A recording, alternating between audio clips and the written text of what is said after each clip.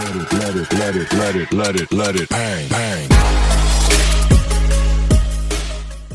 प्यारे बच्चों, कैसे हो आप लोग। आशा करता हूं कि आप परीक्षा की तैयारी बहुत अच्छे कर रहे होंगे। इसीलिए बच्चों आज हम कक्षा 10 के सामाजिक विज्ञान के मोस्ट वायरल मॉडल पेपर लेके आ गए हैं, जिसका पेपर 3 मार्च को होने वाला है। यदि इस वीडियो को लास्ट तक अगर देखते हैं तो आप पेपर में आराम से 95% ला देंगे। इसमें हमने जो भी बहुविकल्पी लिया है, पूरे किताब का बहुविकल्पी, जो महत्वपूर्ण बहुविकल्पी है जो हर साल आया है उसी को लिया है। इसके बाहर यहाँ से कुछ नहीं आने वाला है। यहाँ पर अगर इसको 100% अगर पढ़ ले तो 100% कहता हूँ कि आप आराम से 95% उठा लोगे। तो चलिए देखते हैं कि कौन कौन से वायरल मॉडल पेपर है जो हमारे बोर्ड के परीक्षाओं के लिए बहुत ही महत्वपूर्ण होने वाला है। और शुरू करने से पहले यदि आप हमारे चैनल पर नए हैं तो चैनल को सब्सक्राइब और वीडियो को लाइक जरूर करें। चलिए स्टार्ट करते हैं कौन कौन से हमारे इंपॉर्टेंट क्वेश्चन। यहाँ पर देखिए शुरू में हमारा 20 में 20 यहाँ पर बहुविकल्पी आता है। अगर इस वीडियो को लास्ट तक देखते हैं तो ये तो आराम से कर लेंगे, साथ में साथ जो प्रश्न आएगा वो भी आप कर लेंगे। तो चलिए शुरू करते हैं, कौन कौन से इंपॉर्टेंट प्रश्न है उसको देखते हैं। तो बच्चों यहाँ पर देखिए प्रश्न नंबर 1 कह रहा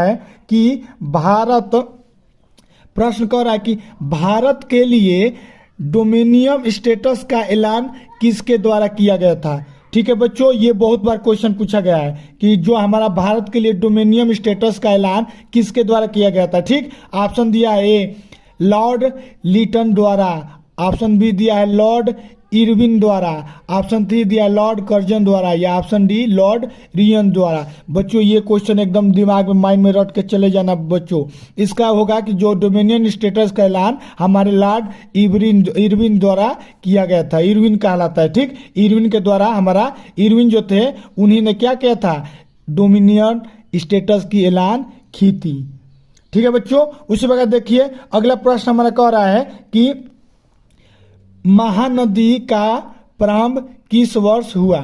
महामंदी है, महानदी नहीं। महामंदी का प्रारंभ किस वर्ष हुआ। ऑप्शन दिया है 1990, 1924, 1929 और 1934। तो बच्चों जो हमारा महामंदी जो प्रारंभ हुआ था 1929 में स्टार्ट हुआ था, यानी ऑप्शन नंबर हमारा क्या हो जाएगा, ग सही हो जाएगा। ठीक है बच्चों, उसके बाद देखिए अगला प्रश्न कह रहा है कि लाल पीली मिट्टी पाई जाती है। ये बहुत इंपॉर्टेंट क्वेश्चन है बच्चों। मिट्टी से फिक्स है कि कल आएगा, नहीं आएगा तो कहना। देखिए वो 2 मार्च को फिक्स है कि ये आने वाला है। तो कह रहा है कि लाल पीली मिट्टी कहाँ पाई जाती है। तो लाल पीली मिट्टी कहाँ पाई जाती है, ढक्कन के पठार में, या मालवा प्रदेश में, या ब्रह्मपुत्र घाटी पे, या थार रेगिस्तान में। तो बच्चों जो हमारी लाल मिट्टी पाई जाती है वो ढक्कन के पठार में पाई जाती है, यानी ऑप्शन नंबर हमारा क्या हो जाएगा, क सही हो जाएगा। ठीक है बच्चों, यदि वीडियो अच्छा लग रहा है तो वीडियो को लाइक और चैनल को सब्सक्राइब करते रहो। ठीक है बच्चों, और कमेंट में बताते रहो। हम प्रश्न बोलना हो जिसका आंसर जो जिसको पता है कमेंट करके बताए कि हाँ सर इसको हमारा आंसर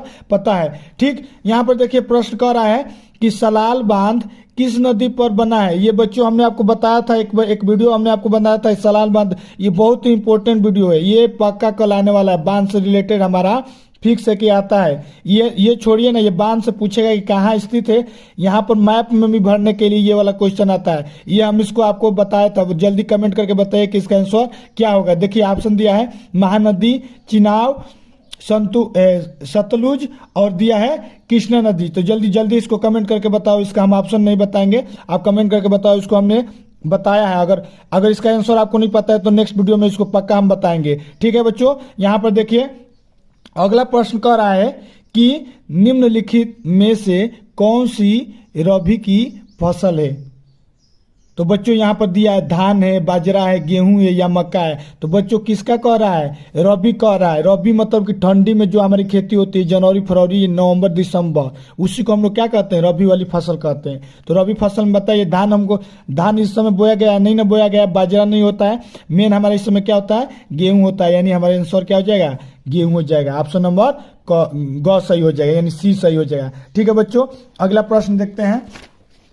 अगला प्रश्न दिया है यहाँ पर बच्चों कि अगला प्रश्न कह रहा है कि भारत में पवन ऊर्जा का विशाल केंद्र कहा जाता है। लो बच्चों ये पक्का कल आने वाला है, बहुत इंपॉर्टेंट। ये वाला प्रश्न एकदम इंपॉर्टेंट होने वाला है आपके लिए। कह रहा है कि भारत में पवन ऊर्जा का विशाल केंद्र कहाँ स्थित है। मतलब पवन ऊर्जा का मतलब कि हवा जो हमारा चलता है उससे जो ऊर्जा बनता है, विद्युत ऊर्जा बनता है, कहाँ सबसे ज्यादा है, उत्तराखंड में, तमिलनाडु में, हिमाचल प्रदेश में, या राजस्थान में। तो बच्चों इसका सही आंसर क्या हो जाएगा, तमिलनाडु में, यानी पवन ऊर्जा का विशाल केंद्र हमारा सबसे ज़्यादा तमिलनाडु में है, यानी ऑप्शन नंबर क सही हो जाएगा। ठीक है बच्चों, उसी प्रकार देखिए अगला प्रश्न कर रहा है कि निम्नलिखित में से किस वस्तु का निर्यातक भारत नहीं है। मतलब बस निर्यातक मतलब क्या, निवेश मतलब जो नहीं करता है। तो यहाँ पर देखिए ऑप्शन दिया रहा है काफी, उर्वरक, तंबाकू या चाय। तो बच्चों इसका आंसर हो जाएगा जो किस वस्तु का निर्यातक भारत नहीं है, तो यहाँ पर ऑप्शन नंबर हो जाएगा क, उर्वरक का क्या करता है, निर्यातक नहीं करता है। ठीक है बच्चों, उसी प्रकार देखिए अब अगला प्रश्न कर रहा है, क्योंकि देखिए बच्चे यहाँ पर ऑप्शन में ही देखिए ये वाला प्रश्न को ध्यान से सुनिए, ये बहुत इंपॉर्टेंट क्वेश्चन। यहाँ पर देखिए कह रहा है काफी इंडिया में बहुत होता है, ये तंबाकू भी होता है, चाय होता है, उर्वरक उतना नहीं है, इसीलिए इसका उत्पादन ज्यादा नहीं होता है, इसीलिए इसका निर्यात ज्यादा नहीं होता है। ठीक है बच्चों, अब देखिए अगला प्रश्न, देखिए अगला प्रश्न संविधान से लिया गया है, संविधान से फिक्स है कि कल आने वाला है।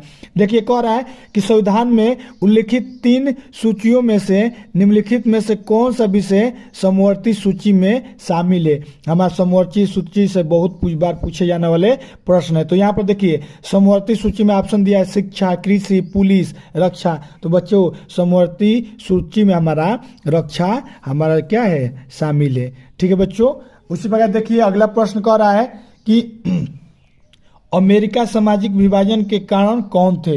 ये भी बहुत इंपॉर्टेंट क्वेश्चन है।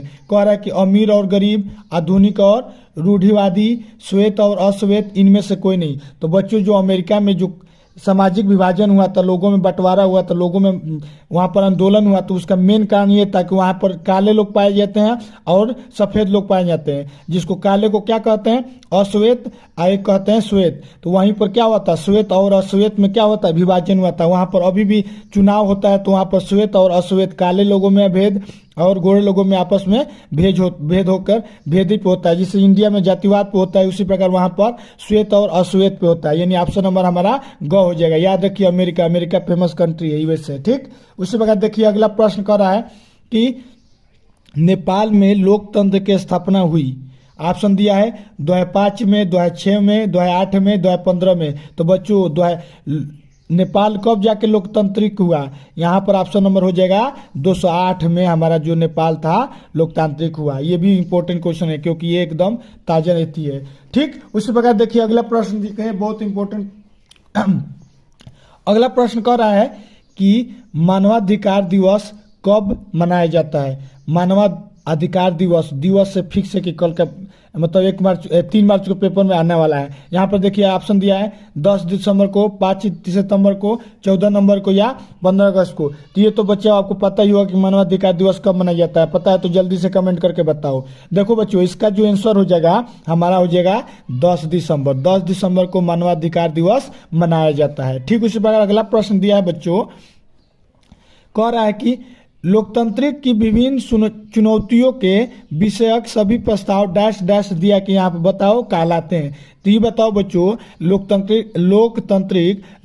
की विभिन्न चुनौतियों के विषयक क्या कहते हैं। जो प्रस्ताव होता है उसको क्या कहते हैं, उसको कहते हैं लोकतांत्रिक सुधार, राजनीतिक सुधार। यानी कि हमारा देखिए ऑप्शन नंबर क्या दिया है, लोकतांत्रिक सुधार, ये भी राजनीतिक, दोनों सुधार, ये भी ऑप्शन दिया, यानी ऑप्शन नंबर हमारा क और ख दोनों सही हो जाएगा। ठीक है बच्चों, क्योंकि हम लोकतांत्रिक सुधार और राजनीतिक सुधार दोनों जरूरत है किसी भी लोकतंत्र को सही से चलाने के लिए। ठीक है बच्चों, उसी प्रकार देखिए चलते हैं अगले प्रश्न पे।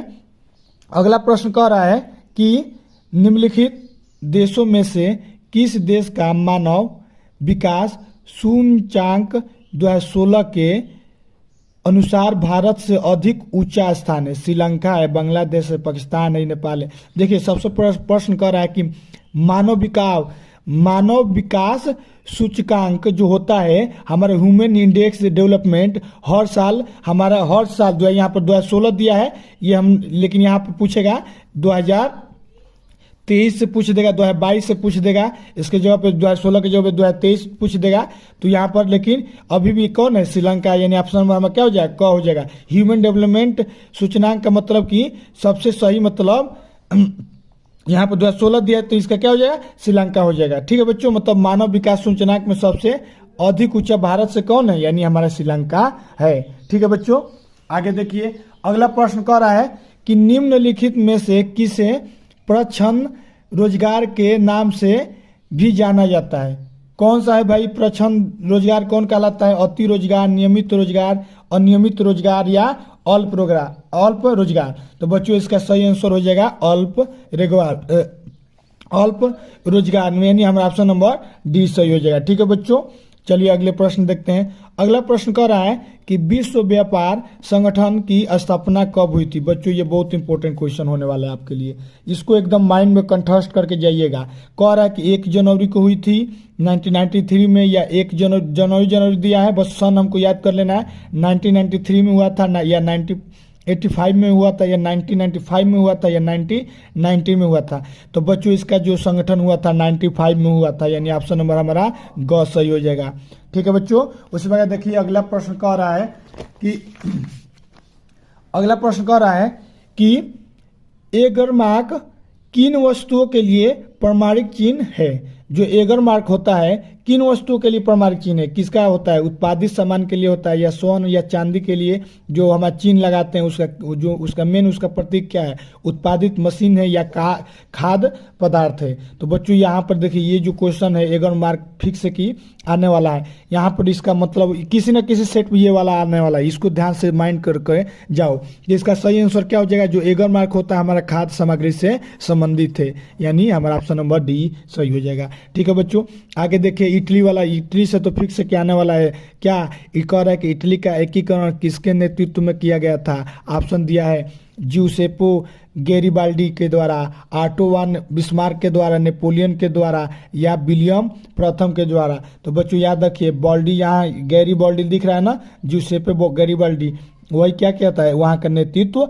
किया था, कहाँ का? इटली का। तो ऑप्शन नंबर हमारा ए बी, इसका मतलब ए सही हो जाएगा, कौन नंबर। ठीक है बच्चों, अगला देखिए प्रश्न कह रहा है कि सुरक्षा परिषद के अस्थायी सदस्यों की संख्या होती है 10, 11, 5 या 9? बच्चों जो हमारा सुरक्षा परिषद है उसमें हमारे टोटल कितने हैं? क्या सदस्यों की संख्या, अस्थायी सदस्यों की संख्या, तो हमारे उसमें कितना है? टोटल 10 है। याद रखिएगा ये बच्चों, परिषद से फिक्स है कि ये क्वेश्चन आने वाला है। ठीक है बच्चों, अगला प्रश्न देखिए, ये प्रश्न बहुत ही इंपॉर्टेंट होने वाला है। देखिए कह रहा है कि भारत की तीनों सेनाओं का सर्वोच्च कमांडर होता है। ऑप्शन दिया है राष्ट्रपति, प्रधानमंत्री, जनरल, एयर चीफ कमांड। तो बच्चों इसका सही आंसर क्या हो जाएगा? राष्ट्रपति। ठीक है बच्चों, अब आगे देखिए अगला प्रश्न कह रहा है कि भारतीय गणराज्य में प्रदेशों की संख्या है कितनी है? 35 है, 27 है, 28 है, या 32 है? तो बच्चों हमारा जो अब भारतीय गणराज्य में जो प्रदेशों की प्रदेश पूछ रहा है कि प्रदेशों की संख्या कितनी है? तो बच्चों ये बताओ कितना है? इसको इतना तो आपको पता है, ये कमेंट करके जल्दी बताओ कि अभी हमारे फिलहाल में हमारे पूरे भारत में प्रदेशों की संख्या कितनी है। और ये भी कमेंट करके बताओ बच्चों कि हमारे यूनियन टेरिटरी कितने हैं। ठीक है बच्चों, यूनियन टेरिटरी कितने हैं और हमारे स्टेट कितने हैं? कमेंट करके जल्दी कमेंट बॉक्स में बताओ। तो बच्चों यहाँ पर देखो सबसे पहले प्रश्न ये कह रहा है कि प्रथम विश्व युद्ध के पश्चात होने वाले महामंदी के कारणों की समीक्षा कीजिए। जो हमारा प्रथम विश्व युद्ध हुआ था 1914 से 1919 के बीच, उसी के कारण जो हमारी महामंदी हुई थी विश्व में, उसी के कारणों का समीक्षा देना है कि उसके कारण क्यों हमारा महामंदी होया। तो देखो बच्चों जैसे जैसे बता रहा हूं उतना लिख दोगे, एग्जामिनर आपको फुल में फुल नंबर देगा। देखो बच्चों कोशिश करना कि आप पॉइंट टू पॉइंट लिखना। तो देखो कैसे लिखना, सबसे लिखने पहले लिखना डालना पॉइंट 1, लिखना कि प्रथम विश्व युद्ध 1914 से लेकर 1919 तक चला था। यह दो खेमों के बीच लड़ा गया था। ये पहला पॉइंट लिखना है। पहले पॉइंट में बच्चों ये लिखना है कि कब से कब तक हुआ था। कब से कब हुआ था बच्चों? 1914 से लेकर 1919 तक हुआ था। ठीक है बच्चों, जैसे जैसे बता रहा हूँ ये सब 6 नंबर में क्वेश्चन पूछे जाते हैं। ये हमारे यूपी बोर्ड द्वारा जारी किया गया पेपर में था। ठीक है बच्चों, अब देखो फिर दूसरा पॉइंट में लिखना कि एक तरफ मित्र राष्ट्र यानी कि ब्रिटेन, फ्रांस और रूस तथा दूसरी तरफ केंद्रीय शक्तियां यानी कि जर्मनी, ऑस्ट्रेलिया, हंगरी, ऑटोमन तुर्की थे। हमारे बच्चों जो युद्ध होता है दो तरफ से होता है कि नहीं होता है? तो एक तरफ से कौन कौन लड़ रहा था? ब्रिटेन था, फ्रांस था, रूस था। और उसी प्रकार दूसरे तरफ से कौन थे जिनको केंद्रीय शक्तियां कहा जाता था? एक था जर्मनी जहाँ का हिटलर था, एक था ऑस्ट्रिया, एक था हंगरी, एक था हमारा ऑटोमन तुर्की। ये दोनों आपस में क्या किए थे? भिड़े हुए थे। चलो अब तीसरा पॉइंट लिए लिखना बच्चों कि हमको महामंदी पे लिखना है, तो लिखना कि आर्थिक महामंदी की प्रारंभ कब हुई? 1929 में हुआ तथा 30 के दशक तक चलता रहा। कब तक चलता रहा बच्चों? 30 के दशक तक चलता रहा। अब आगे लिखना बच्चों कि इस दौरान दुनिया के अधिकतर हिस्सों में भारी मात्रा में गिरावट की गई, चाहे वो रोजगार हो, आय हो, व्यापार हो। यानी कि बच्चों हमारे मंदी के कारण रोजगार की कमी हो गई, आय सभी का कम होने लगा, व्यापार में मंदी आने लगा, सभी के क्या होने लगा? कमी आने लगी। तो इसका मुख्य कारण क्या क्या था? ऐसे लिखना कि इसका मुख्य कारण निम्न है। ठीक है बच्चों, देखो कौन कौन से मुख्य कारण निम्न है। लिखना बच्चों पहला पॉइंट कौन कौन से मुख्य कारण है, ऐसे लिखना कि कृषि क्षेत्र में अति उत्पादन की समस्या बनी हुई थी। क्यों हुई थी? क्योंकि वार हुआ था। कृषि उत्पादों की गिरती हुई कीमती के कारण समस्या और भी गंभीर हो गई, और जिसके कारण जो कृषि उत्पाद थे यानी कि जो हमारे अनाज थे वो क्या हो गए रे? उनकी दाम कम होने लगी, जिसके कारण बच्चों क्या हुआ? मंदी होने लगा। इतना पॉइंट लिख देना। फिर लिखना कि किसान उपज नहीं बेच पा रहे थे, परिवार तबाह हो रहा था, कारोबार ठप हो गए, इसके कारण हमारी मंदी हो गई। ठीक है बच्चों, अब तक तीसरा पॉइंट लिखना कि 1920 के दशक के मध्य में अधिकांश देशों ने अमेरिका से कर्ज लेकर अपने निवेश संबंधी जरूरतों को पूरा किया था। ठीक है बच्चों, इतना लिखना कि 1920 में क्या करते थे सभी लोग? अमेरिका जो हमारा देश था उससे कर्ज ले लेकर अपना व्यापार करते थे, लेकिन उस समय ऐसा हुआ कि अमेरिका भी कर्ज देने से मना करने लगा क्योंकि मंदी आ गई थी। ठीक है बच्चों, अब देखो आगे लिखना कि जब हालात ठीक थे तो अमेरिका से कर्ज जुटाना बहुत आसान था, लेकिन संकट का संकेत देख मिलते ही अमेरिकी उद्योगों में भी होश उड़ गए। कहने का मतलब ये बच्चों, जैसे ही हमारा मंदी आने लगा पूरे विश्व में, अमेरिका की बड़ी बड़ी कंपनियां, उद्योगों मतलब बड़ी बड़ी कंपनियां भी, उनके भी होश उड़ गए। और लिख देना बच्चों कि जो देश अमेरिका पर निर्भर थे उनके सामने गहरा संकट आ गया। जो लोग अमेरिका पे क्या थे? निर्भर थे, उनको भी दिक्कत आने लगा। ठीक है बच्चों, और लिख देना कि बेरोजगारी बढ़ने के कारण लोग दूर दूर जाने लगे। यह सब क्या थी? यही सब हमारी महामंदी के बहुत सारे समीक्षाएं थी। इतना पॉइंट लिख दोगे बच्चों, 6 में 6 नंबर पा लोगे। ठीक है बच्चों, अब आओ देखो दूसरा क्वेश्चन जो हमारे बोर्ड की परीक्षाओं के लिए अति महत्वपूर्ण होने वाला है। अब देखो बच्चों, अगला प्रश्न कह रहा है कि सत्ता की साझेदारी लोकतंत्र की आत्मा है, इस कथन की विवेचना कीजिए। बच्चों ये बहुत इंपॉर्टेंट क्वेश्चन है, ध्यान से सुन लेना, कर ले जाओगे। ध्यान से सुन लोगे, कर ले जाओगे। अब देखो क्या लिखना, उत्तर लिखना। अब बताओ बच्चों, सत्ता की साझेदारी जरूरत है कि नहीं? सत्ता की साझेदारी कहने का मतलब कि लोकतंत्र को कैसे चलाया जाए, लोगों को कैसे चलाया जाए, कैसा नियम बनाया जाए, कैसा कानून बनाया जाए कि किसी भी जाति को, किसी भी समुदाय को किसी प्रकार की परेशानी ना हो। तो देखो कैसे लिखना, ऐसे लिखना, पॉइंट टू पॉइंट लिखना, नंबर अच्छा मिलेगा। ठीक है बच्चों, जो बताऊंगा, जो प्रश्न बता रहा हूं उतना ही पढ़ना है, उससे ज्यादा नहीं पढ़ना है मेरे बच्चों। सुनो कैसे लिखना, लिखना कि सत्ता की साझेदारी जरूरी है क्योंकि विभिन्न सामाजिक समूहों के बीच टकराव का अंदेशा कम हो जाता है। बोला ना बच्चों, अलग अलग जो समूह हैं उनके बीच क्या होता है? टकराव जो होता है, अंदेशा कम हो जाएगा। यानी कि उन सबके बीच क्या होगा? बराबर की समानता रहेगी। और देखो लिखना कि ये सामाजिक टकराव हिंसा और राजनीतिक अस्थिरता का रूप ले लेता है। अगर बराबर नहीं रहेगा और ये जो हमारा टकराव है अगर कम नहीं किया जाए तो हिंसा हो जाती है, और हिंसा जो होती है बहुत ही भयानक होती है बच्चों। तो इतना पॉइंट ये लिख देना। अब तीसरा नंबर लिख देना, इसलिए सत्ता में हिंसा दे देना राजनीतिक व्यवस्था के स्थायित्व के लिए अच्छा होता है। ठीक है बच्चों, थर्ड पॉइंट ये लिखना है।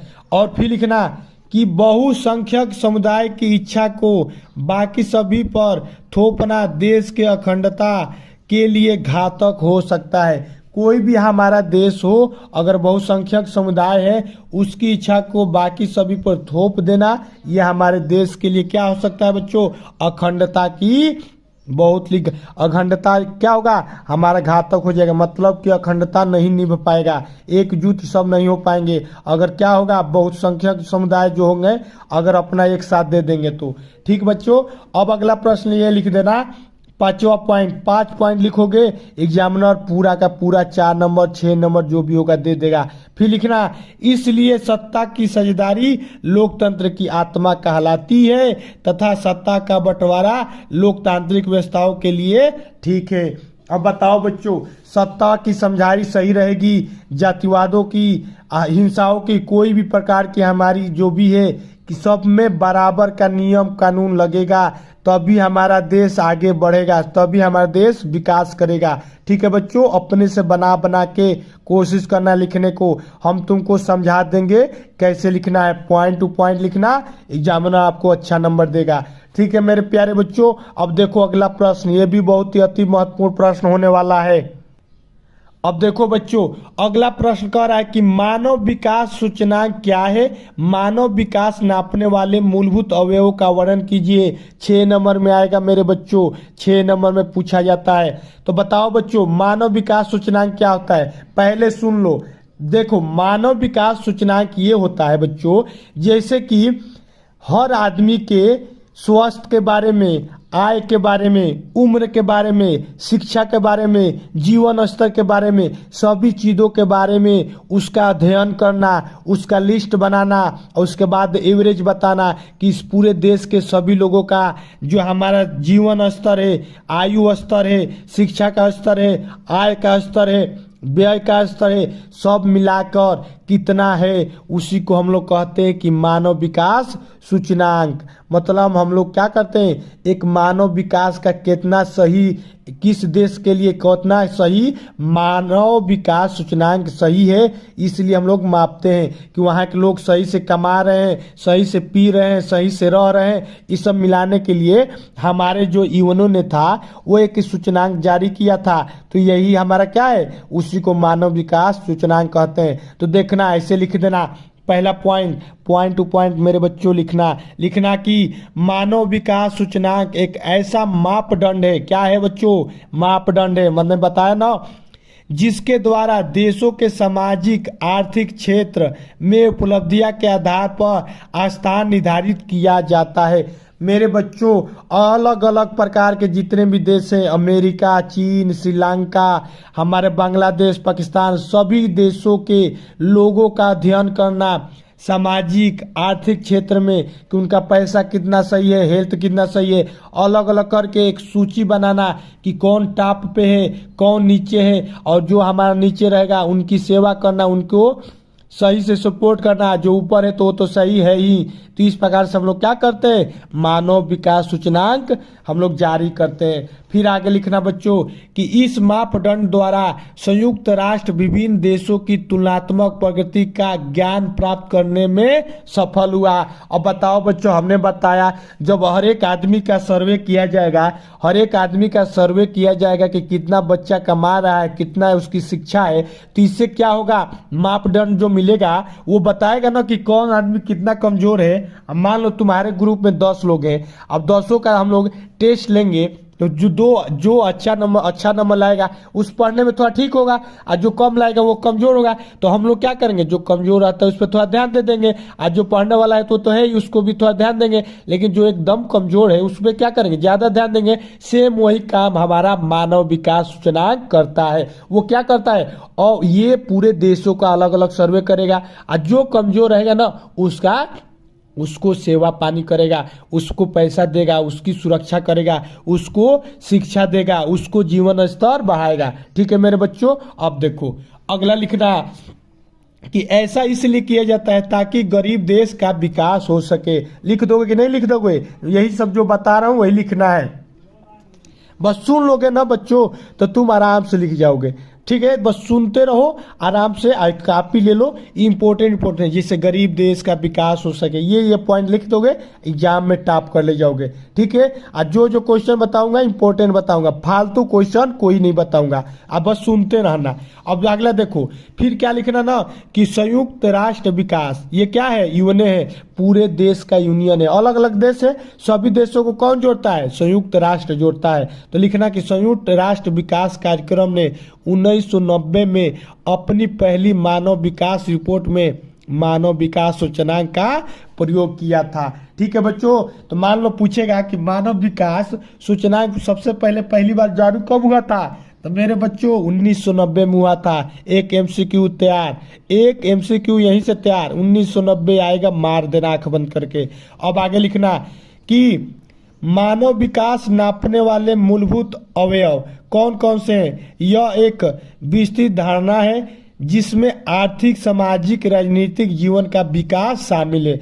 देखो बच्चों, मानव विकास को मापने के लिए मूलभूत हमने बताया ना, सामाजिक देखा जाता है कि सामाजिक सिचुएशन कैसा है, राजनीतिक सिचुएशन कैसा है, आयु देखा जाता है, शिक्षा देखा जाता है, जीवन स्तर देखा जाता है। तो ऐसे लिख देना कि दीर्घ आयु देखी जाती है, शिक्षा देखी जाती है, जीवन स्तर देखा जाता है। ठीक है बच्चों, अगर मान लो कोई देश है वहाँ की सभी लोगों का दीर्घ आयु है, मतलब कि 75 साल सभी लोग जी रहे हैं, कहने का मतलब उन लोगों का हेल्थ सही होगा तभी तो जी रहे हैं। और मान लो शिक्षा कमजोर है तो बताओ वो पीछे हो जाएंगे कि नहीं हो जाएंगे? जीना ही बड़ी बात तो ना है, शिक्षा भी जरूरी है, प्लस में जीवन स्तर भी जरूरी है, रहने का टेक्निक कैसा है, स्वस्थ रह रहे हैं कि नहीं, इस सभी चीज़ों को मिलाकर मानव विकास सूचकांक बनाया जाता है। आशा करता हूँ कि अब मानव विकास सूचकांक आएगा, बना के लिख दोगे, जो बोल रहा हूँ सुन लोगे, कर ले जाओगे। ठीक है मेरे बच्चों, अब अगला प्रश्न देखो, अगला प्रश्न कह रहा है, अगला प्रश्न देखो बच्चों कह रहा है कि भारत के लोगों द्वारा ऊर्जा के किन स्रोतों को प्रयोग किया गया? बताओ बच्चों, भारत के जो लोग हैं वो ऊर्जा के कौन कौन से स्रोत यूज करते हैं? जल्दी बताओ, आपको पता है तुम कौन कौन विद्युत ऊर्जा का यूज करते हो ना? विद्युत ऊर्जा कैसे बनता है? कोयला से बनता है, खनिज तेल से बनता है, गैसों से बनता है, कई प्रकार से बनता है। तो आओ देखो लिखना उत्तर में कि भारत में लोगों द्वारा इस्तेमाल किए जाने वाले ऊर्जा वर्तमान स्रोत निम्न है। कौन कौन है? एक लिखना कोयला, उसके बारे में हेडिंग डाल देना, कोयला के बारे में थोड़ा बहुत लिख देना। ऐसे लिखना कि इसका उपयोग ईंधन के रूप में होता है तथा उद्योगों में कच्चे मालों के रूप में होता है। बताओ बच्चों, जो कोयला होता है ईंधन के रूप में, ईंधन कहने का मतलब कि फ्यूल के रूप में, फ्यूल हमारा मतलब कि गाड़ी उड़ी में जो फ्यूल जलता है वही फ्यूल के रूप में, और उद्योगों में किसके लिए? कच्चे मालों के लिए यूज होता है। ठीक है बच्चों, इतना पॉइंट लिख देना। अब दूसरा चीज लिखना, खनिज तेल। क्या लिखोगे बच्चों? लिखना खनिज तेल। अब क्या खनिज तेल क्या होता है? तो खनिज तेल का उपयोग सड़क परिवहन, जहाजों, वायुयानों आदि में किया जाता है। जो बच्चों हम लोग गाड़ी में चलाते हैं, कौन? पेट्रोल, डीजल, वो सब क्या है? हमारी खनिज तेलें हैं। तो लिख देना खनिज तेल। फिर तीसरा पॉइंट लिखना मेरे बच्चों कि प्राकृतिक गैस। अब प्राकृतिक गैस के बारे में थोड़ा लिख देना कि प्राकृतिक गैस का भी अब शक्ति के साधन में बहुत उपयोग किया जाता है। गैसों को पाइपों के सहारे दूर दूर भेजा जाता है। ठीक है बच्चों, इतना लिख देना। अब अगला लिखना प्रश्न नंबर चौथा पॉइंट लिखना। पॉइंट टू पॉइंट मेरे बच्चों लिखोगे, एग्जामिनर आपको अच्छा नंबर देगा। कितने बच्चे लिखते जाते हैं? अरे बच्चों पॉइंट टू पॉइंट लिखना सीख लो, एग्जामिनर आपको अच्छा नंबर देगा। अब तुम 11 में जाने वाले हो, अच्छा सा लिखना सीख लो। देखो जल विद्युत, अब जल विद्युत लिख देना हेडिंग, इसके बारे में हल्का फुल्का लिख देना कि यह ऊर्जा का नवीनीकरण ऊर्जा का स्रोत होता है। यह क्या है? नवीनीकरण ऊर्जा का स्रोत है, और ये सबसे सस्ता संसाधनों में से पाया जाने वाला स्रोत है। तो लिख देना अब तक ज्ञात सभी संसाधनों में यह सबसे सस्ता स्रोत है। बताओ बच्चों, जो जल होता है, जल विद्युत कहने का मतलब ये है जो हमारी नदी बहती है तो उसमें धारा होता है। अब उस धारा का यूज करके डैम बनाते हैं। डैम का नाम सुने होंगे, बांध का। बांध बनाकर अब उसमें बच्चों हम लोग टरबाइन लगाते हैं और टरबाइन लगा के उससे विद्युत पैदा करते हैं। उसी को कहते हैं जल विद्युत। जल के द्वारा पैदा किया गया विद्युत जल विद्युत कहलाता है। और ये बहुत सस्ता होता है, तेल ना लगेगा, ना फ्यूल लगेगा, ना कोयला लगेगा, ना प्रदूषण होगा। ये क्या होगा, बहुत सस्ता और पूरा वातावरण के लिए भी बहुत सही है। और देख लो कौन कौन से हैं, लिख देना कि ऊर्जा के अन्य स्रोत ये हैं। कौन कौन? पवन ऊर्जा। अब बताओ बच्चों, पवन ऊर्जा क्या है? पवन ऊर्जा कहने का मतलब कि हवा। हवा जो होता है बच्चों, जब हवा तेज बहता है तो पंखा उनका लेते होगे, घिरनी लेते हो, देखे होगे, हवा में ऐसे रखोगे तो घूमने लगता है। तो सेम उसी का यूज हम लोग जहाँ खाली स्थान होता है ना, बड़े बड़े देखोगे पंखे लगा देते हैं और उसमें हम लोग टरबाइन का यूज करके बिजली को पैदा करते हैं। ठीक है बच्चों, तो वहीं से ये पवन ऊर्जा लिया जा रहा है। फिर सोलर ऊर्जा। सोलर ऊर्जा तुम तो देखे ही होगे, तुम्हारे भी घर में हो सकता है लगाओ, सोलर सिस्टम लगाओ, सूर्य की किरणें गिरती हैं, बैटरी चार्ज हो जाता है, तो वहां से सोलर ऊर्जा बन गया मेरे बच्चों। फिर बायोगैस। बायोगैस देखो बच्चों क्या होता है। बायोगैस जो होता है, गोबर जो होता है गायों का, जानवरों का, जो भी है गोबर जो होता है उसी को बायोगैस कहते हैं। अब उसको जब किसी कुआं में डाल देंगे ना और उसके बाद साल 2 साल छोड़ देंगे तो उसमें से गैस बनता है, उसी को बायोगैस कहते हैं। और उसका भी इस्तेमाल बहुत जगह होता है। उसी प्रकार तथा एक लास्ट लिख देना, भूतापीय ऊर्जा। मेरे बच्चों भूतापीय ऊर्जा के बारे में हल्का फुल्का देख लो, आएगा लिख देना। भूतापीय ऊर्जा का मतलब ये हुआ ना बच्चों कि जैसे देखो, जैसे हमारा पृथ्वी है वो गर्म है कि नहीं, अंदर से बहुत गहरी है, बहुत गर्म है, बहुत ज़्यादा गर्म है, लेकिन हम लोग ऊपर रहते हैं, गर्म नहीं फील होता है। ठीक है, तो अंदर जाओगे 1000 डिग्री सेल्सियस से भी ऊपर गर्म है, तो वो अंदर से लावा जो होता है ना निकल के आता है, लावा निकल के आता है। अब जो लावा बाहर से निकल के अंदर आता है तो वो क्या करता है, पृथ्वी को गर्म कर देता है। हमारे कई देश है ना, इंडिया में भी हमारा अंडमान जो निकोबार देश है, मतलब जो एथी है, वहां पर चले जाओगे यूनियन टेरिटरी पे तो वहां पर भी लावा निकलते रहते हैं। इतना गर्म रहता है, उसको ऐसे टच कर दोगे, अगर तुम्हारे बॉडी पे गिर जाएगा तो तुम गल जाओगे, इतना गर्म होता है। तो समझ गए, तो वही उसी को क्या कह रहा है कि भूतापीय ऊर्जा, मतलब पृथ्वी के जमीन की ऊर्जा को यूज करके हम लोग क्या करते हैं, बिजली अब बनाते हैं। ठीक है, तो ये हमारी जो जो ऊर्जा है समझ में आ रहा है ना, तो एक बार लाइक कर दो और सब्सक्राइब भी कर दो, अपने दोस्तों को भी शेयर कर दो। तो इस प्रकार से जो जो ऊर्जा है हमारी ये है। आएगा पेपर में, छाप दोगे कि नहीं छाप दोगे कमेंट करके बताओ बच्चों। छाप दोगे ना, ऊर्जा के बारे में आएगा तो छाप देना। ठीक है, अब और देखो एक इंपॉर्टेंट क्वेश्चन देख लो मेरे बच्चों, आ गया आपका सबसे इंपॉर्टेंट क्वेश्चन, छाप देना। इसको तो छाप देना बच्चों, ये हमारे कल के पेपर में आ रहा है, ध्यान से सुन लो, ये हमारे पेपर में आएगा। वैश्वीकरण से क्या अभिकार है, वैश्वीकरण में सहायक प्रक्रिया के कारकों का वर्णन कीजिए। वैश्वीकरण क्या कहलाता है, फिक्स है कि बच्चों कल के पेपर में आ रहा है, क्योंकि ये बहुत इंपॉर्टेंट क्वेश्चन है। ध्यान से सुन लेना कि वैश्वीकरण क्या होता है। देखो बच्चों, वर्ल्डलाइजेशन ये होता है जिसमें न मान लो अलग अलग देश हैं, श्रीलंका है, पाकिस्तान है, अमेरिका है, इंग्लैंड है, अलग अलग सभी देश हैं। सभी देशों को एक ग्रुप में बनाकर उनको क्या करना है, एक दूसरे से आपस में व्यवहार क्या कर रहे हैं, व्यापार कर रहे हैं, उन्हीं को क्या कहते हैं, वैश्वीकरण कहते हैं। यानी कि विश्व के स्तर पे देशों के बीच में क्या होना, आवेश होना, निवेश होना, व्यापार होना, वही हमारा वैश्वीकरण कहलाता है। इसके बहुत फायदे हैं बच्चों, इसके हमारे बहुत सारे फायदे हैं, सुन लो कौन कौन। ऐसे लिखना, सबसे पहले हेडिंग डाल देना कि वैश्वीकरण क्या होता है, लिखना कि अधिक विदेश व्यापार और अधिक विदेशी निवेश के कारण विभिन्न देशों के बाजारों में तथा उत्पादनों में एकीकरण हो जाता है। कहने का मतलब बच्चों कि विदेश क्या करते हैं, अलग अलग देश व्यापार कर रहे हैं, निवेश कर रहे हैं, क्या कर रहे हैं, बाजारों में आकर एक दूसरे को बेच रहे हैं, जिसके कारण उनके बीच एकीकरण हो रहा है, एकता हो रहा है। क्या हो रहा है? एकीकरण हो रहा है। तो एकता होने के कारण बच्चों अब अलग अलग देश हैं, लेकिन एक दूसरे के परस्पर बीच में क्या है, संबंध बना रहे हैं, तीव्र गति से क्या कर रहे हैं, एकता बना रहे हैं। अरे भाई एकता रहेगा तभी ना दो लोग आपस में क्या करेंगे, दो लोग आपस में व्यापार कब करेंगे, दोनों की बनेगी तभी ना लोग वो क्या करेंगे, व्यापार करते हैं।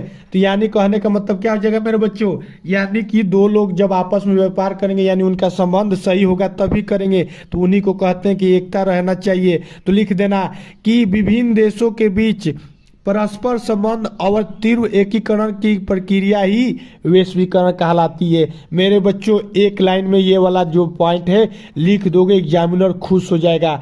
इतना लाइन एकदम स्क्रीनशॉट ले लो, यही वाला पॉइंट लिखना, इससे बाहर कुछ नहीं लिखना। ठीक, अब देखो इसके बढ़ावा देने के कारक कौन कौन से हैं, क्या कौन कौन से कारक है, तो ध्यान से सुनो। पहला पॉइंट लिखना कि बहुराष्ट्रीय कंपनियां मतलब कि बच्चों जो बड़ी बड़ी कंपनियां हैं, जैसे मान लो अमेजन है, हमारे भारत का नहीं ना है, लेकिन वो भारत में व्यवहार कर रहा है, भारत में व्यापार कर रहा है। आप लोग अमेजन से बहुत चीज़ें मंगाते हैं, हर जगह से मंगाते हैं।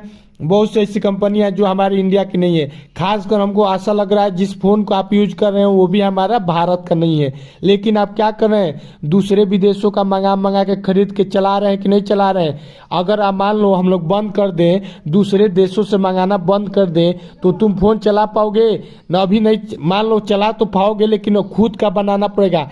लेकिन इससे क्या होगा, जब तुम खुद का बनाओगे तो ये होगा कि वो दूसरा जो देश होगा वो भी तुम्हारा सामान नहीं लेगा जो तुम बनाओगे। तो इसीलिए क्या होता है, बहुराष्ट्रीय जो कंपनियां, बड़ी बड़ी कंपनियां अपना क्या करती हैं, पूरा विश्व को जोड़ने में लगी हैं, पूरा विश्व में अपना सामान बेच रही हैं, खरीद रही हैं। ठीक है, तो ऐसे लिखना कि बहुराष्ट्रीय कंपनियां कौन है, पहला कारक बहुराष्ट्रीय कंपनियां, उसके बारे में थोड़ा लिख देना। ऐसे लिखना कि बहुराष्ट्रीय कंपनियां वैश्वीकरण की प्रक्रिया में मुख्य भूमिका निभा रही हैं, विभिन्न देशों के बीच अधिक से अधिक वस्तुएं और सेवाओं का आदान प्रदान कर रही हैं। जो भी हमारी बड़ी बड़ी कंपनियां हैं, बहुराष्ट्रीय कंपनियां हैं, वो क्या कर रही हैं, अधिक से अधिक मात्रा में वस्तुओं को क्या कर रही हैं, खरीद रही हैं, बेच रही हैं। ठीक है बच्चों, पेपर में आने वाला है, छाप देना है ना।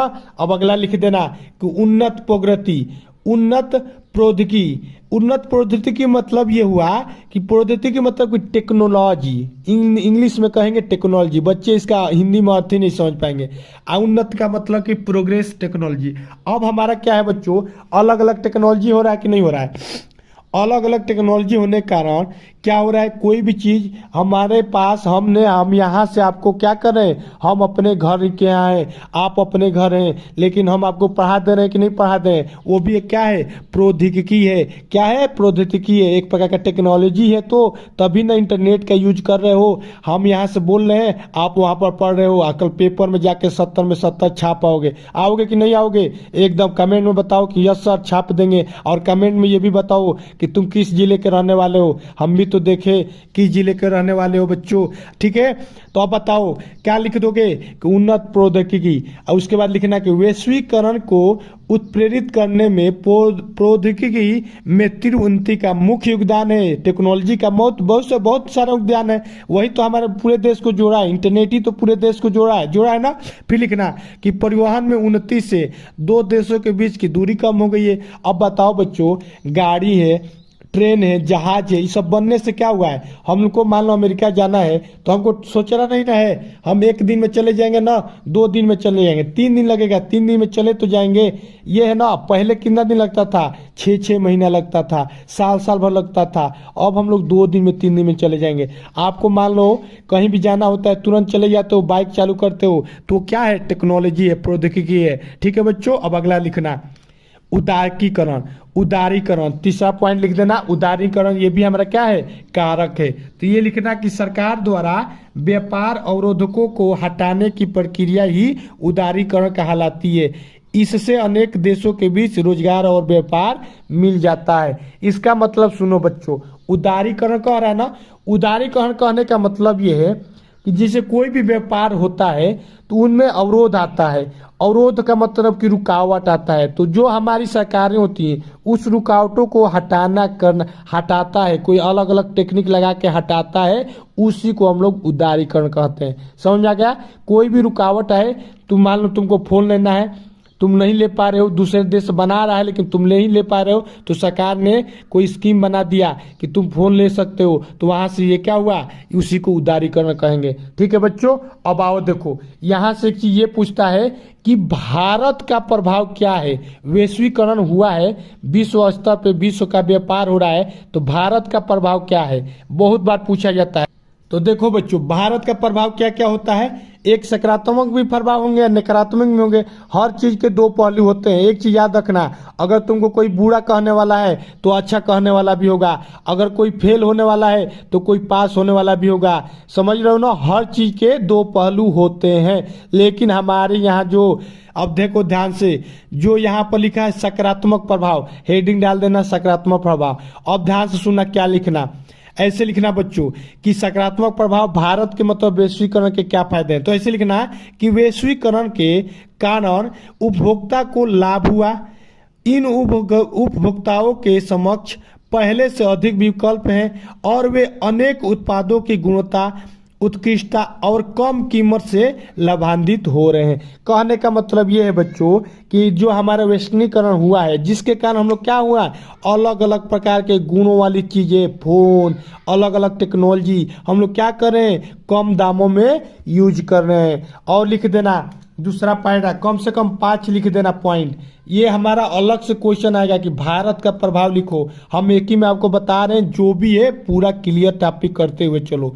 अब लिखो, अब लिखना कि बहुराष्ट्रीय कंपनियों द्वारा भारत में माल और सेवाओं में किया गया जाने वाला निवेश भी उत्तरोत्तर बढ़ाया गया है। 1919 से 91 से यह निवेश बढ़ता जा रहा है। अब इसका कहने का मतलब यह है कि जो बहुराष्ट्रीय कंपनियां हैं जो हर देशों में फैली हुई हैं, उसके द्वारा न भारत में माल का और सेवाओं का निवेश बहुत किया गया है, जिसके कारण 1991 से ही हमारा जो निवेश है, निवेश का मतलब कि लेन देन हमारा बढ़ गया है। ठीक है बच्चों, फिर लिख देना थर्ड पॉइंट कि वैश्वीकरण के कारण नए उद्योगों मतलब कि कंपनियों स्थापित होने से रोजगार के नए अवसर मिले हैं। अब बताओ बच्चों, नए टेक्नोलॉजी होगा, नए नए देश की कंपनियां आएंगी, अब वो क्या करेंगी, रोजगार देंगी। ठीक है बच्चों, फिर यहाँ लिखना कि उद्योगों के कच्चे मालों की आपूर्ति करने वाले कंपनियों का विस्तार हुआ है। यानी कि जो हमारे कच्चे माल हैं, कच्चे मालों को ही तो हम लोग बनाते हैं, तो जो भी हमारे कच्चे माल हैं उनको क्या हुआ है, विस्तार हुआ है। ठीक है बच्चों, अब 5वां पॉइंट लिखना है ये बच्चों कि वैश्वीकरण ने कुछ बड़ी कंपनियों को बहुराष्ट्रीय कंपनियों के रूप में उभरने में सक्षम बनाया है। और वैश्वीकरण जो है, जो भी हमारी छोटी छोटी कंपनियां हैं उसको बड़ा बनाने में वैश्वीकरण का ही बहुत सारा योगदान है। अब अगला लिख देना कि नकारात्मक प्रभाव, 2 पॉइंट लिख देना, एग्जामिनर खुश हो जाएगा। इतना पॉइंट लिख दोगे 5, उसके सकारात्मक 2 नकारात्मक, एग्जामिनर खुश हो जाएगा। चलो इसी बात पे हमको भी खुश कर दो, लाइक कर दो और चैनल को अगर नए हो तो सब्सक्राइब भी कर दो। लिख देना कि वैश्वीकरण और प्रतिस्पर्धा के दबाव से श्रमिकों के जीवन का व्यापक रूप में प्रभावित किया गया है। अब देखो बच्चों, देखो इससे दिक्कत क्या है। अब मान लो वैश्वीकरण हो रहा है, अलग अलग टेक्नोलॉजी आ रहा है, अलग अलग टेक्नोलॉजी आने के कारण बच्चों कोई भी काम इजीली हो जा रहा है। अब जो हमारे श्रमिक हैं, जो हमारे लेबर हैं, अब उनकी काम कौन कर रहा है, टेक्नोलॉजी कर रहा है, कंपनी मशीनें कर रही हैं, जिसके कारण उनके जीवन का व्यापक हाल प्रभावित हो गया है। ठीक है बच्चों, और ये लिख देना कि श्रमिकों के बहुत लंबे कार्य घंटों तक काम लिया गया है, जिससे मजदूरी घट गई है। इसका मतलब ये हुआ बच्चों कि पहले जो थे मजदूर दिन भर काम करते थे, अब कंपनी आ रही है, अब मशीनें आ रही हैं, 2 घंटा में पूरा काम निपटा दे रही है। 10 मजदूरों का काम एक मशीन खुद कर दे रही है। अब इससे क्या हुआ बच्चों, जो मजदूर हैं उनका क्या हुआ, उनका तो रोजगार चला गया ना, उनको क्या हुआ, उनको मजदूरी तो घट गया ना। अगर मान लो 2 ही घंटा वो काम कर रहे हैं, मशीन से करेंगे तो 2 घंटा में करेंगे। अब उनको 2 ही घंटा का तो तुम पैसा दोगे। अब तुम्हारे घर पे कोई आएगा, तुम्हारा घर बनवाना है तो लेबर जितना घंटा काम करेगा तो उतना ही तो दोगे, अधिक तो दोगे नहीं, चाहे वो कोई भी टेक्नोलॉजी यूज करे। तो वही हमारा क्या है, नकारात्मक है। लेकिन इसके फायदे ज़्यादा हैं, नकारात्मक ज़्यादा नहीं देखा जाता है। ठीक है बच्चों, तो वीडियो अच्छा लग रहा है ना तो वीडियो को लाइक कर दो और चैनल को सब्सक्राइब कर दो। मिलते हैं नेक्स्ट वीडियो में, और भी जो हमारी इंपॉर्टेंट क्वेश्चन है सॉल्व करेंगे। और कमेंट करके बताओ कि कौन कौन से क्वेश्चन पर और बताएं। अभी के लिए इतना ही, मिलते हैं नेक्स्ट वीडियो में, तब तक के लिए जय हिंद।